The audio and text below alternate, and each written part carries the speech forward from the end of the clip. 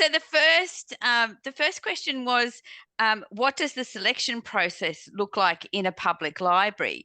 So one of the key things that everyone's got to realise that when you apply for a job in the public library, you're applying for one with a local government.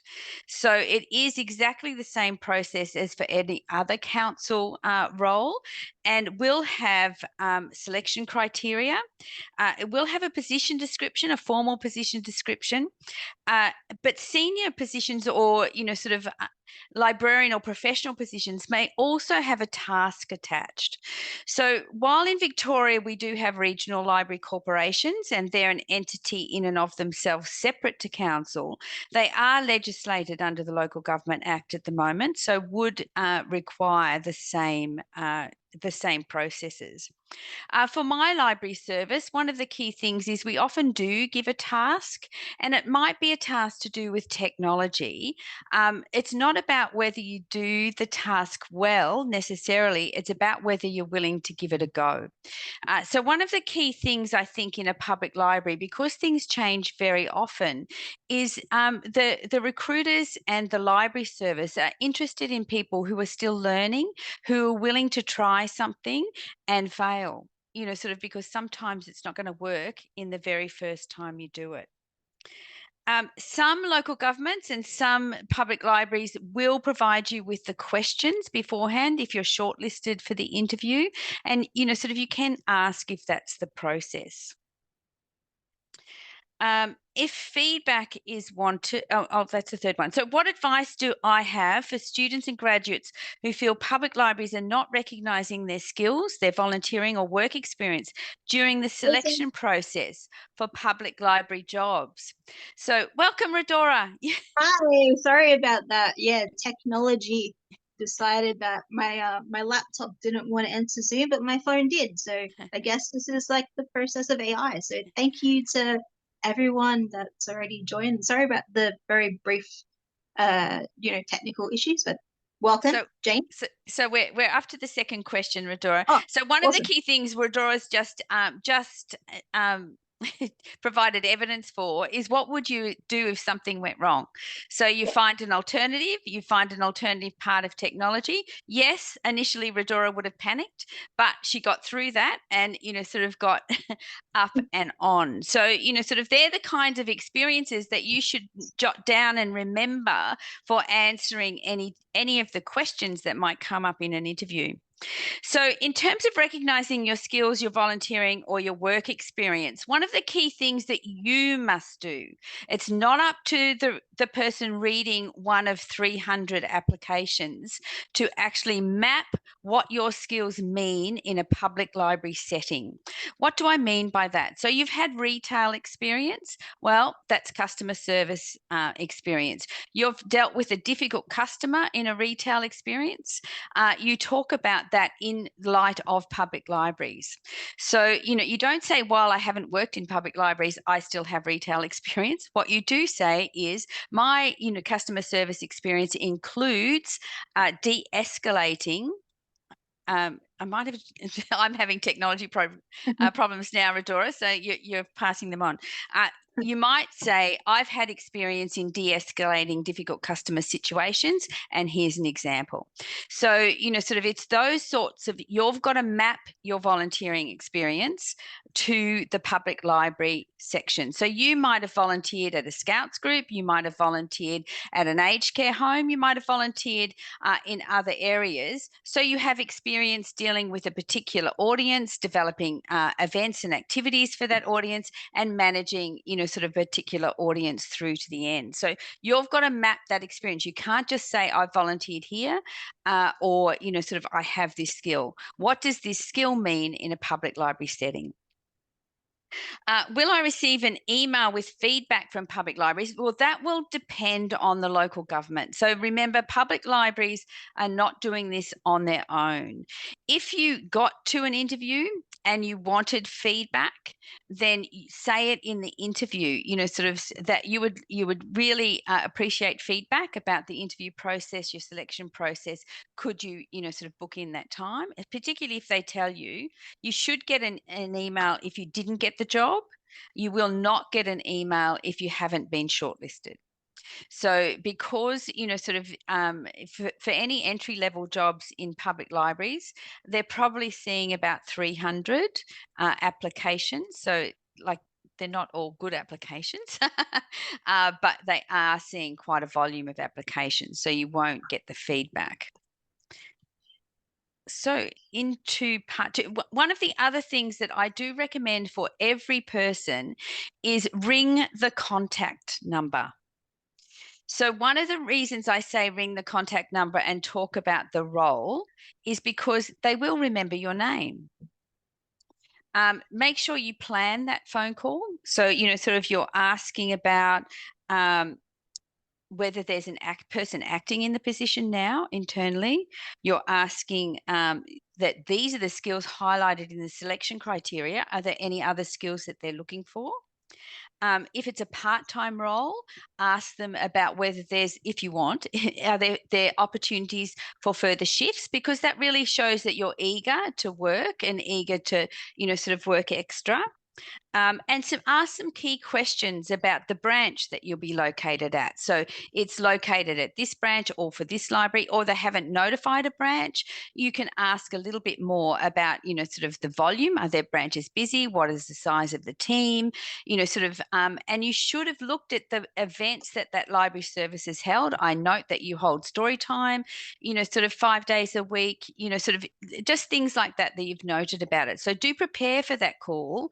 But I do recommend that you ask that call, because it helps you frame that selection criteria to what they want.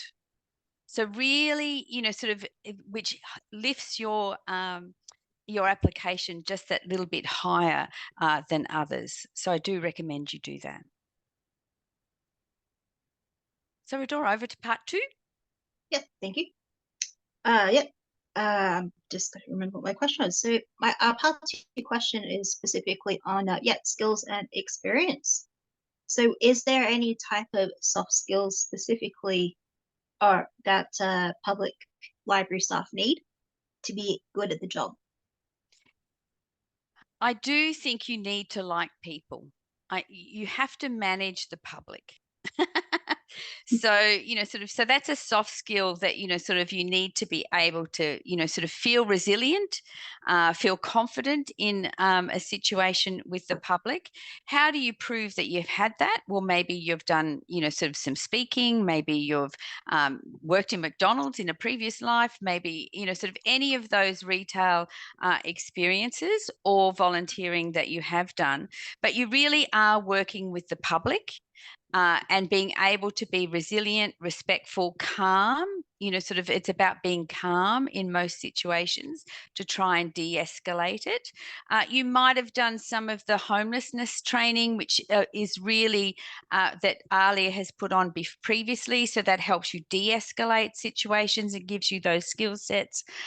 You need to be able to learn and be confident to help others. So what I mean by that, you need tech skills. So, but you don't have to know how to do every bit of tech, but you do need to know how to YouTube it so that you can work with the person to find the answer. So you need to be able to be quite confident to find an answer and to work through that with members of the public and people. You need to be resilient. The public and some of the things that you see, sort of and work with, some of the families that you might be working with in public libraries might have significant issues. You need to be able to distance yourself from that so that it doesn't, sort of bleed into your home life. So you need to sort of think about how you actually keep your own well-being, sort of, and your own stress levels on track. So they're the kinds of soft skills I think you need. And you need to be able to smile in the face of adversity and find humor. I think, sort of find humor in difficult situations. And saying that public libraries, like, yes, there's that, but that makes up 5% of public library interactions. 95, but unfortunately that's what we all remember, is that 5%, because they might be difficult, but 95% of the interactions in public libraries are full of joy. Excellent. So the next question we're looking for is, do you need professional, actually, do public libraries acknowledge professional experience for ALIA and In other grammar associations? in all of the position descriptions that I've seen, and I don't believe that it's moving away from that, membership of the Australian Library and Information Association and, sort of experience and qualifications, particularly for senior roles, it does say or equivalent, but sort of it is there as a request for professional work. The higher up you go, sort of, so an entry level position probably wouldn't have the ALIA component. So, but it would be that it would be desired. So they it might be desired to look for a technician or a librarian in those entry level positions. All right, excellent. The next question we're looking for is, if I'm at a public library, I'm a student or a graduate, can I ask a public library for, say, a practicum placement experience or extra volunteering experience? The practicum usually comes from your organisation. So, so it is a formal request from your organisation because it is quite a formal process with the practicum because you do have to have a supervisor, Redora. So, so it is about making sure that, sort of the public library is prepared to give you that support so that you're signing off on the skills and experience that you want in that practicum. So you certainly can, and most public libraries that I know, and I don't know all of them, obviously, would welcome that practicum. Sort of, but there would be a form because there's a whole lot of insurance issues, sort of work cover, all of those things. So there'll be forms to sign by your organisation and by the library. So that's certainly available, but it would be formal. In terms of volunteering, that is also quite a formal process for public libraries because there is, sort of the issues. So you would probably have to have a working with children check or at least a police check, sort of a current police check for any volunteering. And usually it's for a specific purpose. Now, how can you initiate that with a library? You could say that you would like to volunteer to do tech help sessions at the library, in a particular day for a 3-month period, a 6-month period, a 12-month period. Sort of, so you could actually offer a particular experience, sort of as a volunteer. General volunteering probably isn't there because it is quite important that volunteers are not used instead of professional staff. But it is volunteering is used to augment, sort of the programs and the services that libraries provide. So, sort of you could have a chat to any of the branch managers about what they're looking for or what would be of use, and then sort of put the volunteer offer together. Fantastic. All right. The next type of question, so on the topic of experience, actually, I can start part three, which was about trends. So we know as today from our experience with a lot of technology is really important in the public library sector, especially with knowledge about social media and like events with digitization. So what type of public library trends should we keep an eye out for? So AI, of course, is the big one, sort of, and helping people use ChatGPT, sort of ethically, sort of being able to think about media literacy. So it's not just the big thing for us at the moment is particularly for older Australians is around scams. Sort of Australians, sort of are some of the that we are some of the biggest people who fall for scams. So it is, sort of about that. So keeping across that. Um, do you gone in and played with the latest iPhone? Have you gone in and played with the latest Sony? Do you know what I mean? Like, so it's all of those phones, you know, sort of, and the aspects of them. You don't have to know it off by heart, but, you know, sort of it is about being really aware of what's happening with the devices that come in, because you will get asked. The most questions we get asked in public libraries now are around technology, and I have this device and I don't know how to connect it. So, you know, sort of that is the biggest question. In terms of other trends, you know, sort of there is, well, it's not really a trend, it's just a consistent. We are about literacy and reading. So it is absolutely understanding what's happening in the publishing industry. And for Australia, for me personally, as a librarian, one of the things that I absolutely, you know, sort of insist on is every event that we have in my library service has a collection bibliography attached. So it is about connecting people to the collection, connecting them to deeper reading, you know, sort of, and, you know, sort of, and particularly Australian stories.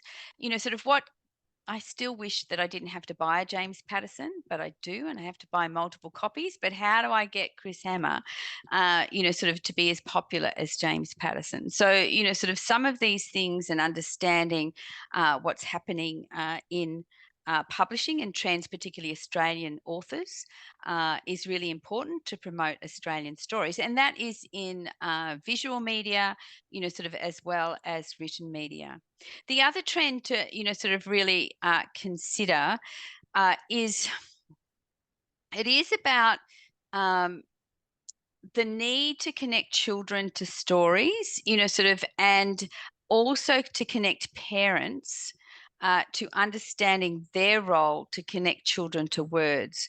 So because we have both parents working, you know, sort of a lot of parents forget the need to read to their children, how to read to their children. So story time isn't about the wiggles. It's not an event, you know, sort of where you're entertaining a group of children. It is about, you know, sort of showcasing to parents how they can do this at home, the importance of rhyme, you know, the importance of these kinds of activities for young children that are educational and bringing them to words and preparing them really well for school. And, you know, sort of the other key aspect is libraries are being used now, you know, sort of for a longer period of time. So people are coming to libraries to work, you know, sort of they're coming for study. So how do we connect in with the libraries? How does the place being in the library can, you know, connect to that person? So, and their ability. So what are you doing, you know, sort of in welcoming those people who are regulars, in talking to them, you know, sort of in making sure that they're acknowledged. I think the other key thing is community development skills. So these are skills, and community engagement skills. So these are skills that aren't traditionally, we have them inherently, I think, librarians, because we like to share and, you know, sort of what we know, and, you know, sort of, and we like to help people. But we need to engage, particularly our First Nations people, in coming into the library. So really thinking about who is coming into the library and who is not. You know, sort of there is threshold fear. People do fear coming over the threshold of a library. A library is not for me. Nobody in there looks like me.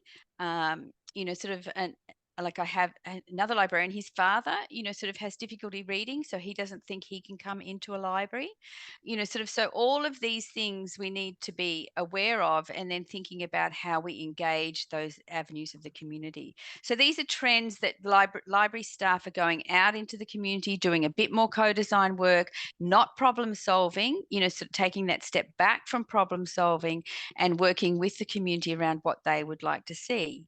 So, you know, we're seeing deadly collections, we're seeing, you know, sort of a whole different way of engaging with languages other than English communities around what they actually want, rather than just supplying a collection of what our suppliers provide. So it's very much about waiting, you know, sort of, and talking to our community, which means things happen a little bit slower.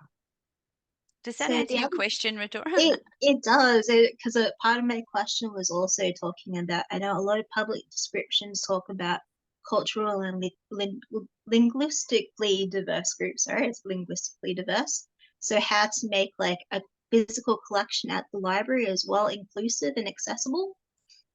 So is that Yes. And one of those other things, Dora, that we're doing is the collections are actually going outside of the library. So, sort of you're seeing, hubs set up with self-check. You're seeing Open Plus where communities are coming in after hours, sort of, so you're seeing maker spaces in libraries, sort of around where people can play with technology.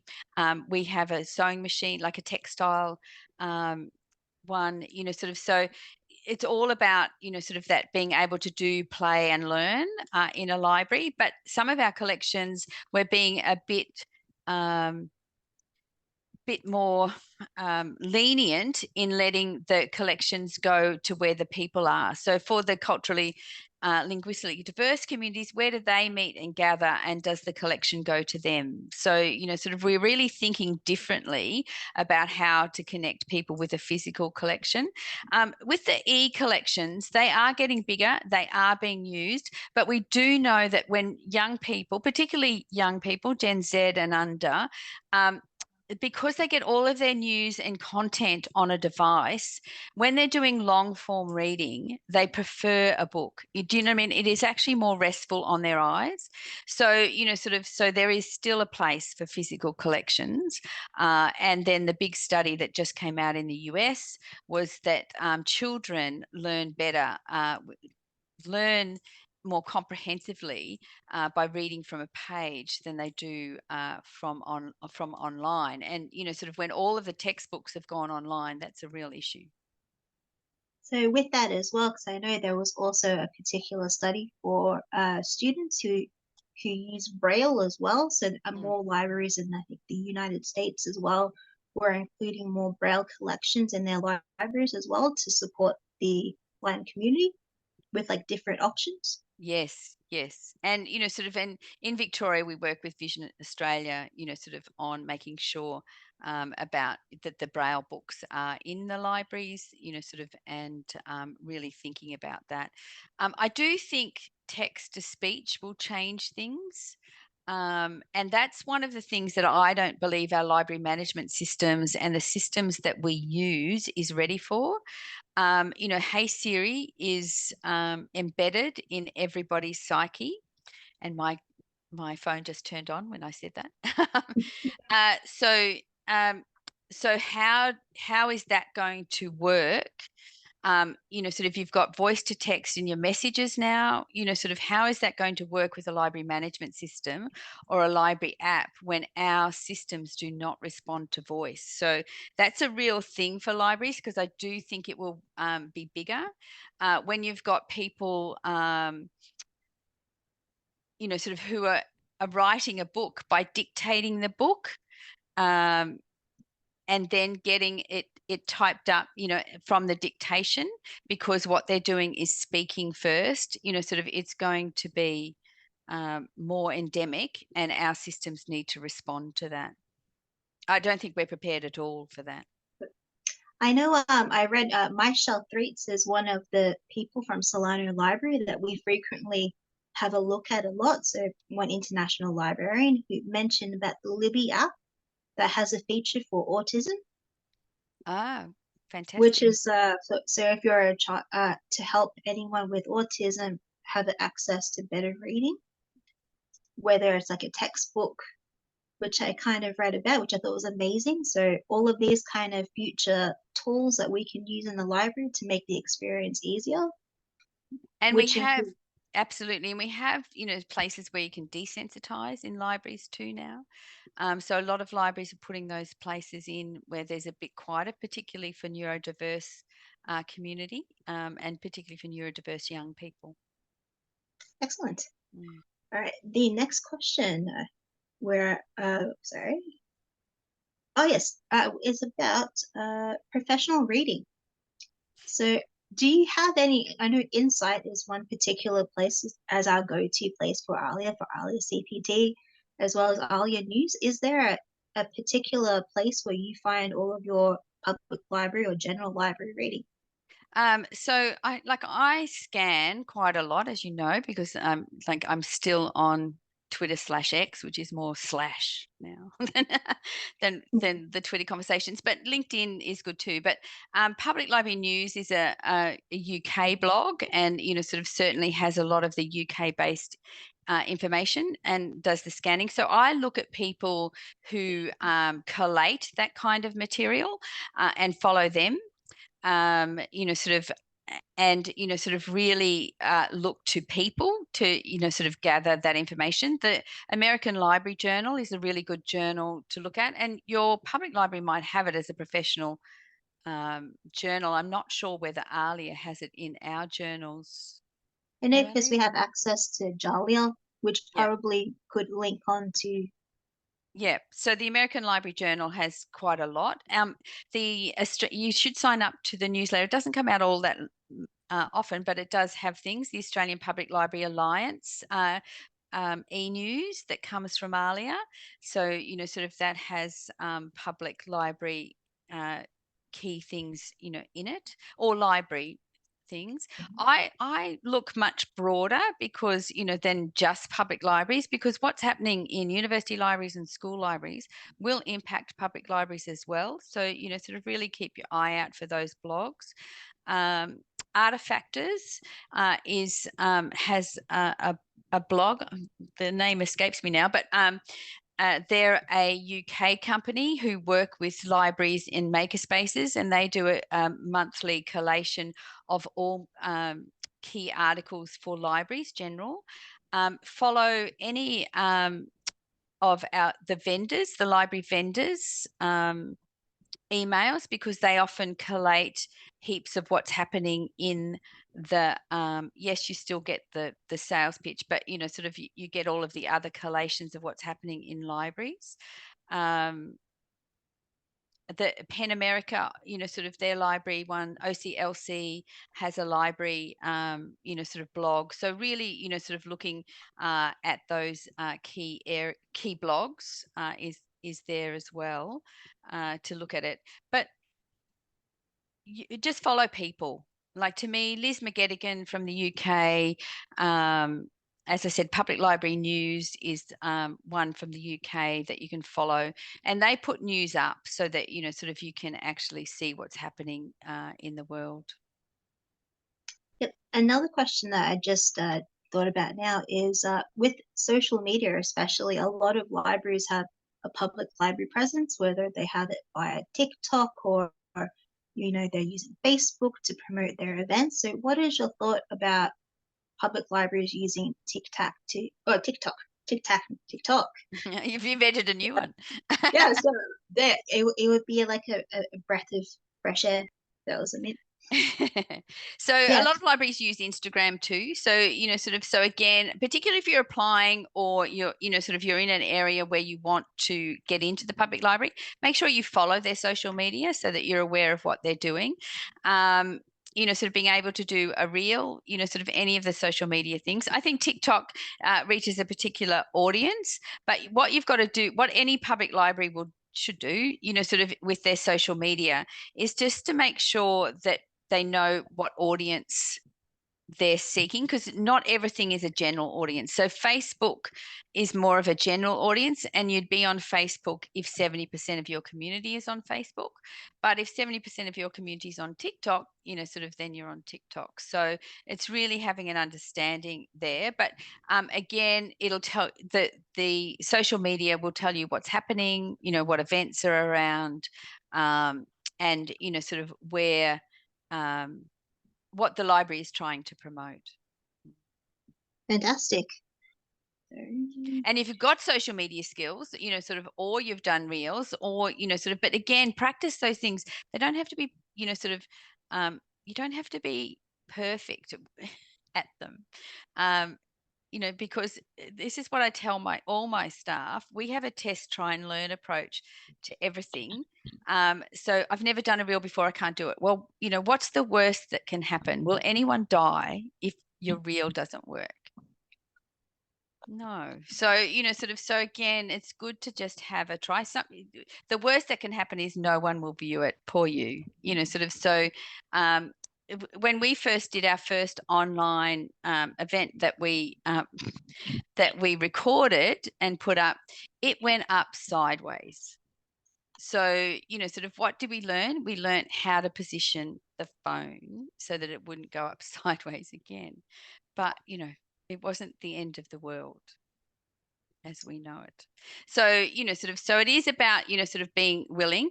And if you like, I know you've got a question, sort of about management.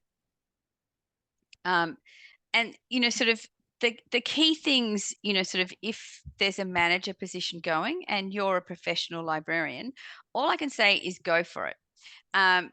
Because there is less people going for those manager positions. But one of the key things that you've got to know is that you will be managing people, and people can be tough. They can be great. They can be upset one day. They can be, sort of cooperative another day. So when you're managing people, it's another layer. You're not just managing a project. So, sort of when you're in the management, you'll have to, really highlight your people management skills. The other area, because it's also connected to social media, especially with public library, especially on Instagram, which is about adding alt text to images and also accountability to kind of let people know if you created an image, if it was you or was it posted by someone else, which is sort of like photo credit. Do libraries have that type of conversation with their staff? Absolutely, because, sort of you can, be told to take it down. So, if your library service has a blog or, sort of we actually give our staff social media training, and it's particularly about copyright. So it is important to know about that copyright, and it is important to respect copyright and respect people's image rights when you're using them. And, sort of, and that's another media literacy that we do with students, sort of that we do with community groups who are wanting to start a blog. Do you know what I mean? So that they don't get into trouble. We actually, sort of give that kind of advice around how you can know Creative Commons. And also if you're creating that, sort of work, can you license it under Creative Commons so other people can use it with attribution? So, sort of it's all of that that you should be aware of. Wonderful, because I noticed that a fair few social media places don't acknowledge a lot of the photo credit sources, which is sort of, especially with the art industry, it's a big problem as well, because public libraries and art community most public libraries would use their own images, sort of that, sort of their own people images, because they'd have the photo releases. Fantastic, because this is what we kind of always make sure that we do, that we always like ask permission before you post, just like we do with like any type of artwork. Always ask permission, which is important, and then always add the alt text and photo credit to your post, which is always a thing that we always make sure we do on all of our posts, just to make sure that everyone is acknowledged, which makes the world a better place. It does make the world a better place. And it's part of our values too. It is. And then if we can like teach digital literacy that way, it makes it more inclusive. Just like ALIA Disability said, if you can acknowledge who's in your image, it helps to make your content more accessible for everyone. And that content might be shared globally or locally. So it's always good to put that first. So the next question I had was actually one from Will, which was about thought leadership. And what are your thoughts on thought leadership? Well, thought leadership, thought leadership is a bit narrower. Like you wouldn't have a thought leader on all of public libraries because each public library, sort of is different. But you might be a thought leader on makerspaces. What is your speciality? And I think we have a responsibility to share. Why do I write a blog post? It's not to promote me. It's actually to share what I've learned or my library service has learned, or a question, sort of that I've been wrestling with, sort of that I will go through, sort of in the blog post. So thought leadership, you would really narrow that down and, sort of and come at an aspect of of the library world and, sort of really deep dive into it. I think it's really important to share what we know, because we can't all know everything. And we are librarians, and we're based around sharing. Sort of the whole basis that we even exist is to share. We're to share knowledge, we're to share opportunity, we're to share resources. It's about sharing. So we should share our thoughts. I think there are, with the thought leadership, I did actually do a workshop on this, Redora, on how to become a thought leader. And, sort of, and one of the issues is that you do narrow it down, and then you write about it, and it might be an article, a blog post, and then you might, sort of end up writing a book. So, sort of it is, sort of about pulling together all of those, sort of resources and experiences, sort of to do it. I just don't have the time. No, so it's something that we definitely need to do a deep dive and Google search about, because I know but it's about experience too. If you're setting yourself up as a thought leader, Redora, you have to have the experience. You have to actually search out that experience. You have to, sort of really think deeply about that aspect of libraries, or, sort of that aspect that you're trying to deliver. Or change. Sometimes it's about changing people's minds or changing how people approach their work. So what does that mean? Okay, excellent. So we can. And I think you should all be starting to write your blog. My first blog posts were terrible. They were really government speak. They were awful. They were too long, awful. You should all start, what's your experience, sort of trying to break into the public library world or the library world. And it might be tough, but don't whinge. That's my only... think about it as a positive, what did I learn, rather than I'm whinging that I didn't work. Excellent. So actually, I think now it's a good time to open up the chat to everyone to see if you have any questions for Jane. So here's your opportunity to ask away.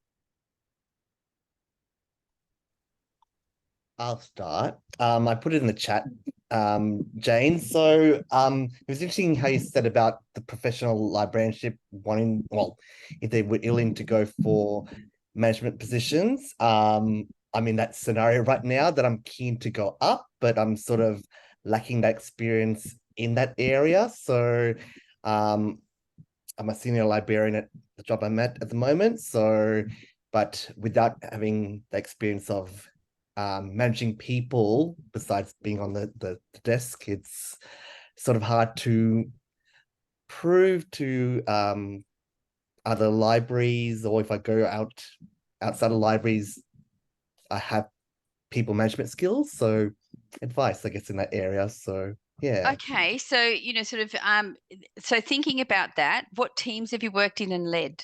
Thinking about that, what project have you led the delivery of a project, because you're managing people in that situation, sort of allocating tasks and making sure that you're on track.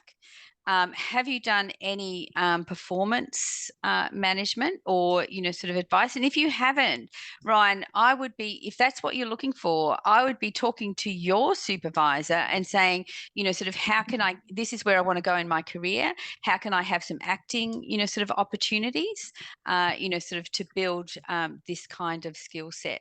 So remember, you don't have to have been a manager. You've got to think about where that is. But if you've been a manager at McDonald's, that works in a library situation. But any kind of project management where you've been the project lead would be managing people. And particularly if you're on the desk, but are you the senior librarian on the desk where you're managing all of the other on the floor? That's managing people. So think about it in that kind of light. So, sort of if you're the senior person on the floor, you're managing the interactions, sort of you might have had to pull somebody up on their interaction with somebody, that's performance management, sort of. So, and how did you handle that? You took them off the floor, gave them the feedback feedback privately. Do you know what I mean? Like, you know, sort of Yeah. you've taken over from a person who was having difficulties because, and this is the way you supported them to get the skills. So that's people management. Oh, So cool. what you've got to remember, what you've got to do is map your experience to the other job. You know, sort of the person reading your review can't do that for you. Yeah, and that's good, especially that last exam pulls someone. So that sounds a bit awkward, but I mean, to get someone in a private space and talk about what happened and how you, and I guess give them feedback and ask them questions, and you know, I think that's something I have done. So yeah, thank you for that. And that's it. And have you debriefed, you know, sort of a person if it's been a difficult situation? So that's debriefing so that you understand, you know, sort of about that. So all of that is people management. So, you know, sort of really think about, you know, sort of how you work with the team and when you've taken the lead. Great, thank you. Yep. And sorry, is anybody else, any other There's questions? some questions in the chat, Rodora. There's one here asking what Jane would like to say about interaction with the vendors and suppliers in libraries. So is this in terms of you trying to get into them in terms of a job, or, you know, sort of working with them? Fatima, would you like to speak to that one? It's your question.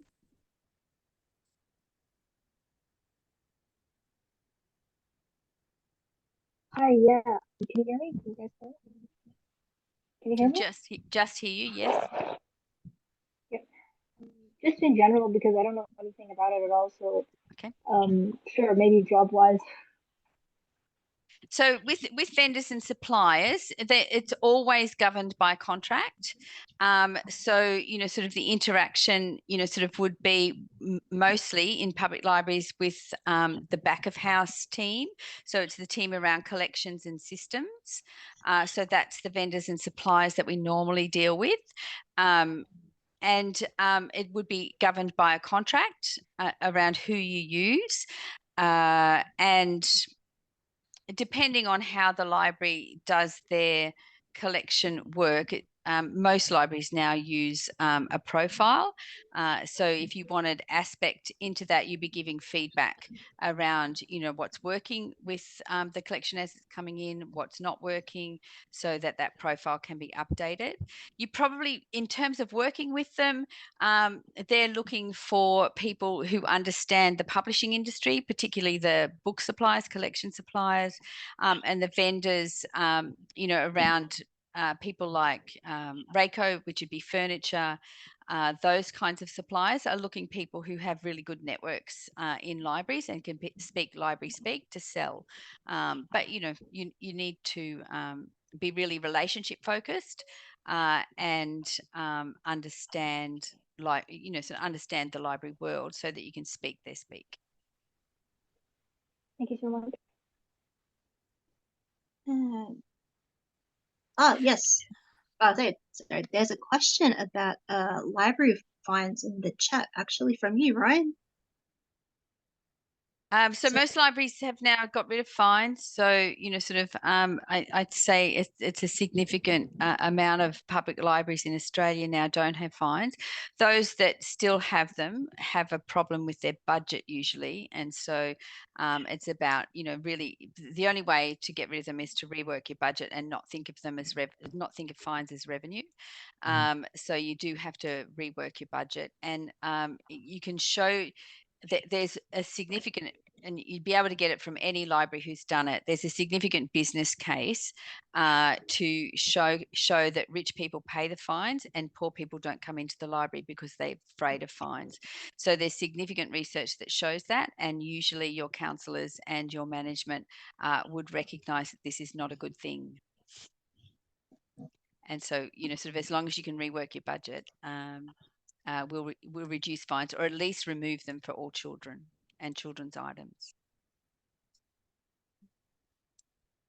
Excellent. Are there any other questions in the chat? So there's one about managing volunteers. Yes, managing volunteers does count as experience, and it counts as people management experience, particularly if you've had to deal with any difficult situation with volunteers. In terms of recruitment, sort of what I recommend that you do is in each of your selection criteria, you do have to keep your selection criteria short, but you must give an example of how your skills have been used for each selection criteria. And then what you will need to do is have 5 other examples that you can bring to the interview, because you cannot reiterate that same example. They've already read it. So, sort of you must actually have, a suite of them. So really prepare for any interview if you get shortlisted. If you didn't get shortlisted, it is okay to ring up, but I would be ringing up first, so you've already established that connection.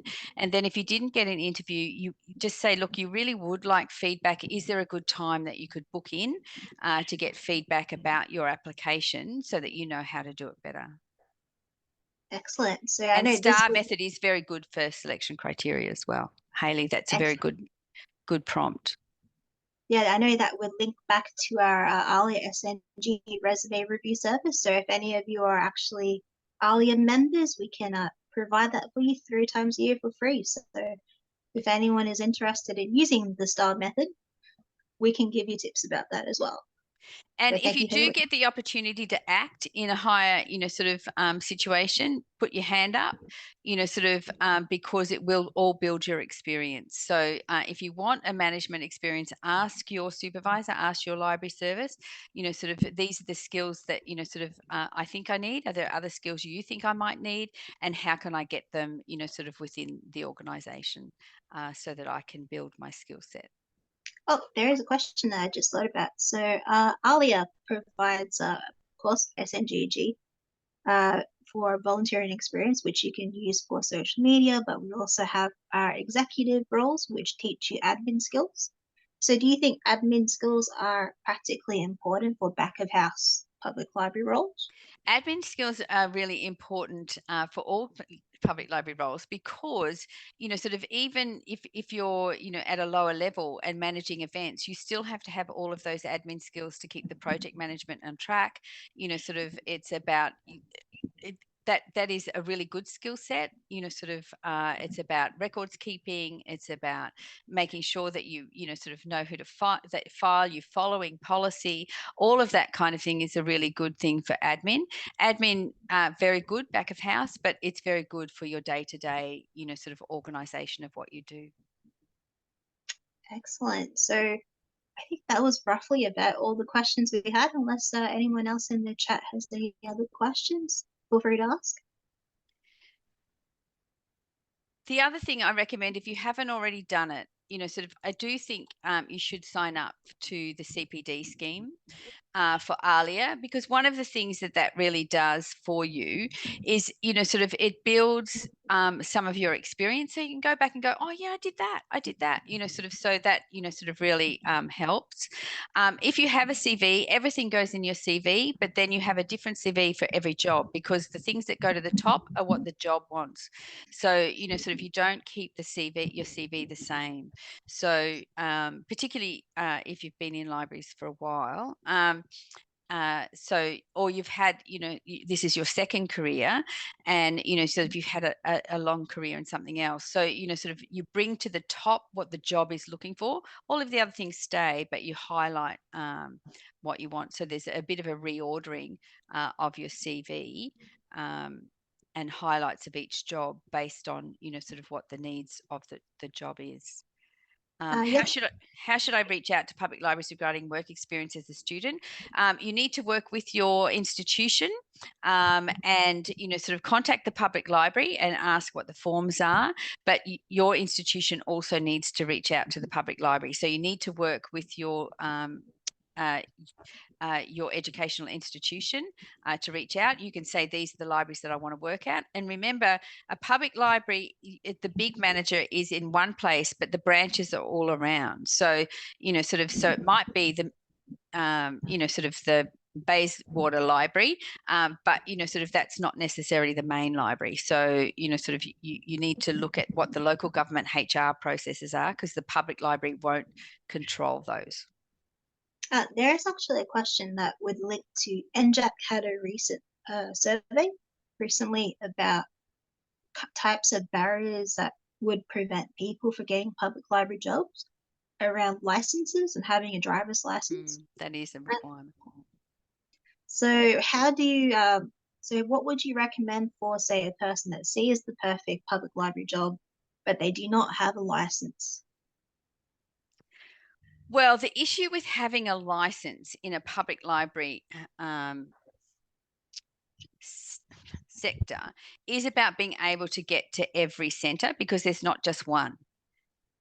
So as long as you map out how you can get to everything,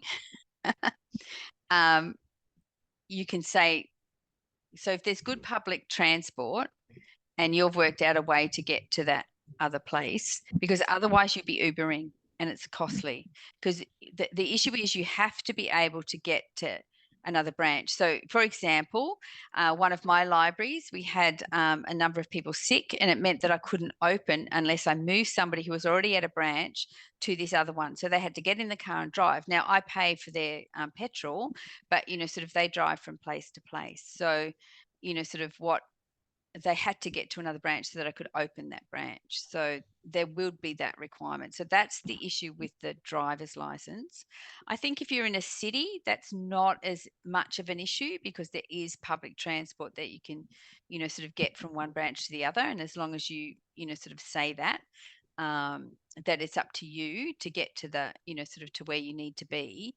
But I do think that, sort of there is a cost to that. I know, I also read on some previous position descriptions, they're asking for a health check before you actually apply for the position.